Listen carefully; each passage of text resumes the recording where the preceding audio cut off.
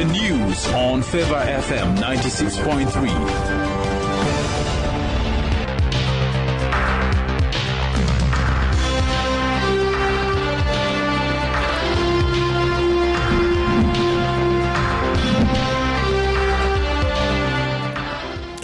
Blessed morning, our dear listeners. Welcome. This is Favour English News with me, Richard Dowd. Let me start with the headlines. South Sudan leaders agree to ease tensions. Fighting grips at Nasir County, displacing civilians. An ex-US envoy says aid posed to Ukraine is very wrong-headed. Those stories and more are coming to you in details.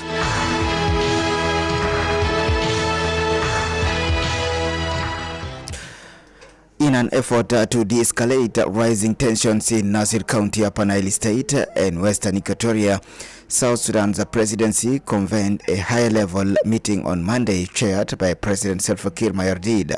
The extended meeting included key political figures such as First Vice President Dr. Riek Machar and Vice President for the Economic Cluster Dr. Benjamin Bolmel and Vice President for the Service Cluster Joseph Lagu and leaders of various political parties. The leaders agreed that the soldiers from the South Sudan People's Defense Forces en route to Nasir County should proceed without disruption. The deployment aims to replace long-standing forces stationed in the area, according to officials. Following the meeting, Information Minister Michael McQuilweth addressed the media, stressing the leaders' commitment to national unity. Minister McQuay also called for community cooperation along the road from Malakal to Nasir County, urging locals to facilitate the safe passage of the troops. Clashes between the South Sudan People's Defense Forces and a local armed group known as the White Army have been reported in Nasir County, Upper Nile State, resulting in an unspecified number of casualties and forcing many residents to flee. The fighting, which began early on Monday, is said to be ongoing with reports of heavy machines, gunfire and aerial bombardment. A local youth leader, Ter Chol Gatkot, said that the violence has caused civilian casualties and displaced many into surrounding areas for safety. He added that several people had been killed, though the exact number remains unclear. Scholl, who is currently in Nasir town, accused government forces of targeting civilians and undermining peace efforts in the county. The security situation in Upper Nile State has been unstable since mid-February, following earlier clashes between the SSPDF and the White Army in Nasir County. Tensions escalated further after the government sent additional forces, including elements of the Agwelek militia group led by General Johnson Elonyi. Local communities have expressed concerns that the deployment could lead to civilians targeting or a disarmament campaign. They have called for the deployment of the necessary unified forces as outlined in the 2018 peace agreement rather than the current forces. Nasir County Commissioner Gatluak Leo confirmed that fighting is ongoing in Nasir but declined to provide further details, citing the need for more information. SSPDF spokesperson Major General Lurwai Kwang acknowledged the military operation in Nasir County. The Executive Director, President Salva Kiir, the visit aim to assess the devastating impacts of climate change in the country, which is facing one of its worst heat waves on record. The Green Climate Fund is a United Nations-backed financial mechanism that helps developing countries reduce greenhouse gas emission and adapt to clymate change. Josephine Joseph Africano Partel, Undersecretary at South Sudan Ministry of Environment and Forestry, addressed the media on Monday during a meeting. World's largest climate finance agencies supports countries that are party to the Paris Agreement by funding mitigation and adaptation projects. South Sudan, one of the nations most vulnerable to climate change, has been hit hard by the extreme weather events, including floods and prolonged heat waves. Bartel highlighted the urgency of the situation, noting that the current heat wave has forced the schools to close across the country. Stephanie Speck, head of the special initiative at the Green Climate Fund, acknowledged the severity of the crisis, saying South Sudan is at the epicenter of an extreme heat wave and the situation demands urgent attention, she said.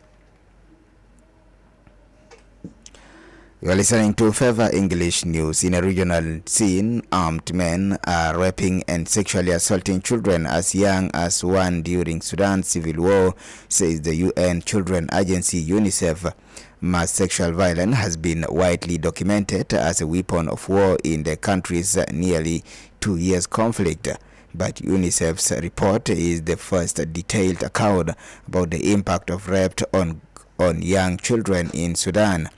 A third of the victims were boys who typically face unique challenges in reporting such crimes and seeking the help they need. UNICEF says that although 221 rape cases against children have been officially reported since the start of 2024, the true number is likely to be much higher. Sudan is a socially conservative country where huge societal stigma stops survivors and their families from speaking out about rape, as does the fear of retribution from armed groups. The UNICEF report provides an appalling window into the abuse of children in the country's civil war. Perhaps its most shocking revelation is that 16 of the victims were under UN investigations have blamed them a pattern of using sexual violence to terrorize civilians and suppress opposition to their advances. Lastly, in the world news, Stephen Piffer, the former U.S. ambassador to Ukraine under Bill Clinton, says the decision to pause aid to Ukraine is very wrong-headed, as it at some point will have a real effect on the battlefield. Piffer said President Trump has tons of leverage on Russia if he wants to use it, adding that Trump could tighten sanctions on Russia's economy sets and make that money available to Ukraine. Piffer adds, and for somebody who talks about the start or the art of the deal, he is done nothing to increase his leverage with Putin. He has lots of leverage by virtue of the American assistance to Ukraine with Zelensky, and now he seems to be though pushing and coming down hard on the wrong party. Meanwhile, Charles Kupchan, a former director with the U.S. National Security Council under the Obama administration, said what is seen is bold arm twisting coercive diplomacy. With this, our dear listeners, we have come to the end of this news, but here is a recap of the headlines. South Sudan leaders agree to ease tensions in the country. Fighting grips at Nasir County, displacing civilians. And a former U.S. envoy says aid pause to Ukraine is very wrong-headed. Our Bible verse is taken from Ecclesiastes chapter 5 verse 2, and it says, "Do not be quick with your mouth, do not be hasty in your heart to utter anything before God. God is in heaven and you are on earth, so let your words be few." The end of the news. Thank you for listening. For more stories and updates, you can visit our website, favourfmjuba.org, or you can like our Facebook and subscribe to our YouTube channel, Favour FM Juba. Stay tuned.